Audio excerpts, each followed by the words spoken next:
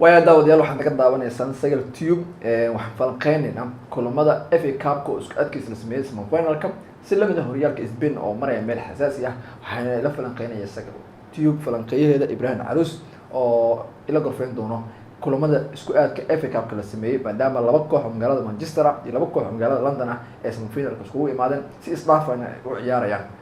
waxaan ka hormari doonaa kulanka Manchester United iyo Chelsea kaas oo ka dhacay Wembley Stadium 18 bisha July. Ibrahim Manchester United iyo Chelsea marka la fiiriyo xil ciyaareedkan kulamada ciyaareen xanan ciyaareedka hadda ay ku jiraan xidiga ay haystaan labada tababare oo xidiga soo ahaa labada koox oo soo kala matalay Solskjaer iyo Lampard bal kulankaas sidoo noqon doona marka la fiiriyo Manchester United inay safar ku heenin koob kale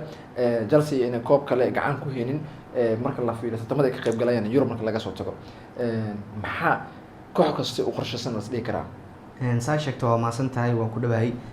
markaa fiiriso labada kooxood horta sanadkan koob waaweyn oo hadda ay rajeynayaan inay qaadaan ama ay ku guuleystaan ma jirto walow Manchester Chelsea xoogaa la dhihi karo ka fiicanta oo Europe League waxay ku joogtaa boos fiican mana isdhahayo yani koox hadda caqabad ku ah heli doonto laakiin markaa fiiriso Chelsea koob kaliya yani ka haysato Janis oo is leedahay waxaa semifinal la joogta finalna waxaa xaq camal oo ku dhaw yahay marka waxaan is leeyahay kooxda Manchester United waa looga baahi badan yahay koobkan marka la fiiriyo hadda xaaladda labada kooxood ku jiraan iyo sidoo kale kooxda Chelsea oo isla soo qabsatay dhanka goolmada u dambeeyay sida uu guuleysanayay ciyaartooyda Isbaankooda iyo kooxda oo yeelta leen abgooni ah oo ay ku ciyaarto markaa fiirso kulankii Leicester oo kale iyo kulankii Aston Villa iyo kulankii Drad ee kooxda la ciyaareen Man City oo kooxda ay muujiyeen isbedel weyn macalinka xitaa wuxuu muujiyay inuu diyaar u yahay kulamada dhiman inuu natiijo fiican gaaro oo hal gool iyo gool daro uusan la kulmin marka waxaan qabaa labada kooxood isku beegankooda wuxuu ahaa wax la filayo waayo afar koox weyn isku soo hareen midkii kugu soo aadaa waa kulan adag waay laakiin waxaan qabaa Manchester walow kulan badan ay Chelsea ka adkaatay haddana in kulankan uu noqon doono kulan aad la iskugu rafaado oo sidii hore aan dhicin waya marka aad fiiriso kulankii ugu dambeeyay oo labadan koox ciyaareen Liga Cup oo markaas Manchester laba gool ay ku badaysan United ma aysan haysan ciyaartooy badan sida Bruno hadda kooxda joogo kale si la mid ah ma uusan joogin Paul Pogba laakiin Bruno wuxuu ciyaaray kulankii horyaalka oo labada gool looga badiyay Stamford Bridge oo Harry Maguire goolka ka caawinayay ma la dhihi karaa tartanka maadaama uu ka duwan yahay horyaalka FA Cup-ka xidigahaas markay garoonka imaadaan labada koox waxay ku yeelan kartaa saameyn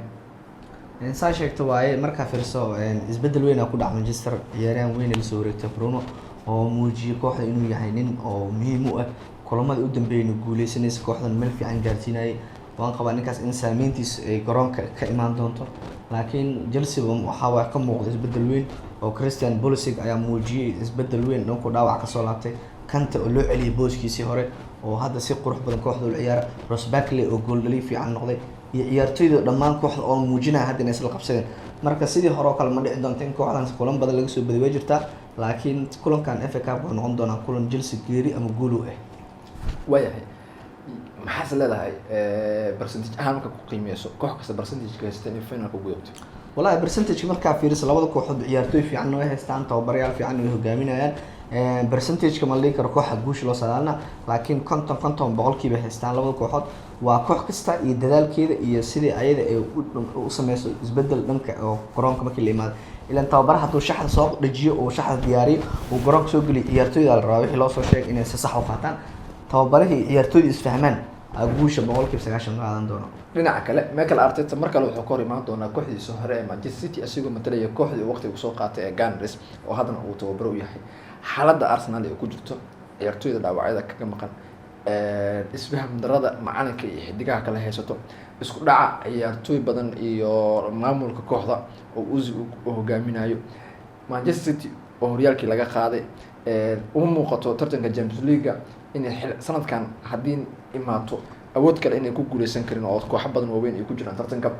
horyaalkii meel uu aaday Liga Cup iyaga qaadeen laakiin FA Cup-ka wuxuu yahay Pep Guardiola koobka kale uu qaadi karo sanadkan bas dhihi karaa Arsenal iyo Man City kulankooda marka la fiiriyo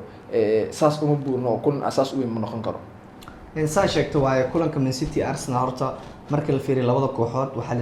yani dadka ay saadaalinaya in boqolkiiba 80 ee guusha qaadaysa Man City markii la fiiriyo sida hadda ay Man City isku haysato ciyaartooyada oo muhiimka garoonka markasta ugu soo bilaado iyo kooxda Arsenal oo hadda kulamo u dambeeyay guul darooyin la kulmaysay walow kulanka u dambeeyay guul soo gaareen kooxda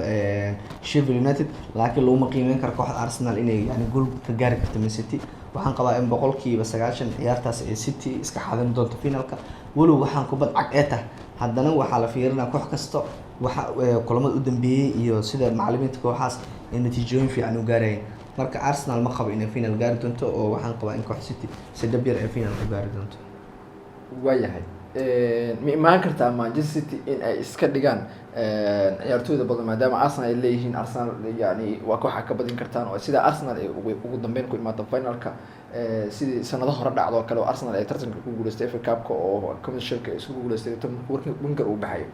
kooxaas ma sameyn kartaa waa laga yaabaa tababaraha City ciyaartooy badan uu haystaa waxaa suurtagal in isku ciyaartaan yani ciyaar adag maahan kooxda Arsenal kulamo u dambeeyay guul fiican iyo natiijooyin wanaagsan gaaraysay laga yaabo qalad oo sameeyay in ciyaartooyda qaarkood kaadka dhigo taasna u fududeysa Arsenal inay guuleysato waa macquul oo tababaraha hadduu City asiga isqiyaamin oo macnaha asiga oo macnaha farmashiin iskaga dheel yani ma qaba in kooxda City guul daro la kulmayso City markaa fiiriso Champions League waxay u haystaa fursad maadaama kooxihii waaweynaa sida Real oo kale oo kulankii hore ay ka soo baxay Juventus oo kale ever waxay ku soo gashay kooxda Lyon gurigeeda Barcelona oo kale gool waxay ku soo gashay guriga Napoli ma natiijooyin kooxaas markaa fiiriso City sanadkan fursad fiican u haystaa inay ku guuleysto Champions League sida ay hadda wax ku socdaan Liverpool oo kale oo laga reebay marka City chance fiican haystaa oo FA Cup iyo Champions League ku guuleysan karto sanadkan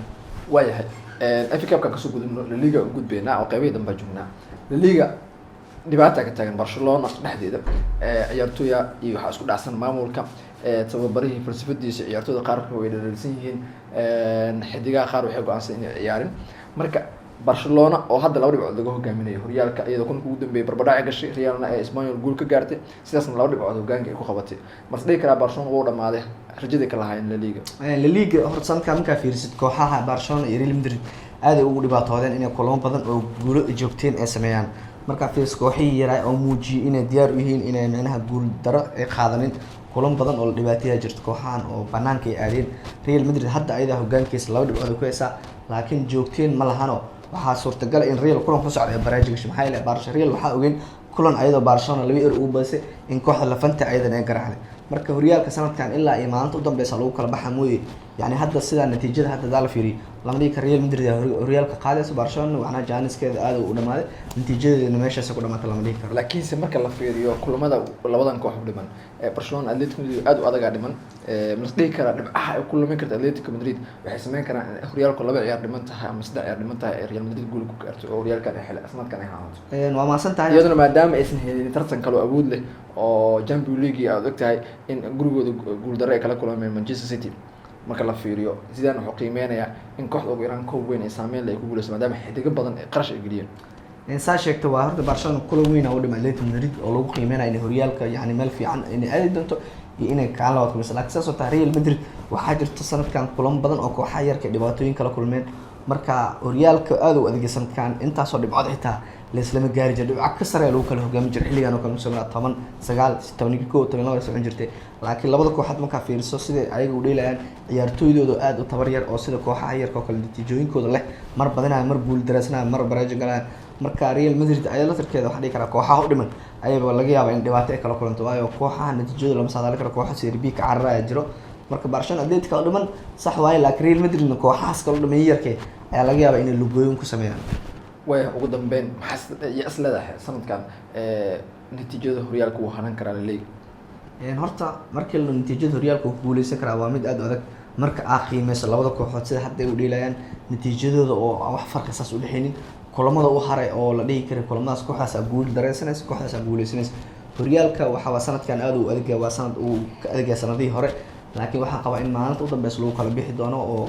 Barcelona ama Real Madrid ku guuleysan laakiin laguma fududaan karo lama dhihi karo kooxdaas qaadi karto labada kooxoodba isku awood waa isku qaab waayo kulanka hadii kooxdan guul dareysto kooxda ka daba ku foosa marka labada kooxoodba waxa waaye in horyaalka maalinta dambeys kala baxaan ayaan rajeynaa. way aad u maasantahay Ibrahim Calus intaan kusoo gabagabeynayna falanqeynta aad ku sameeyeen tartanka FA Cup isku aadkiisa semi-finalka iyo horyaalka La Liga oo meelaha xasaasiya maraya sanadkan waxaana ka daawanaysaa Sagal Tube inta ku mid doono falanqeymo noocan oo kala sida ay nabadgeliyo.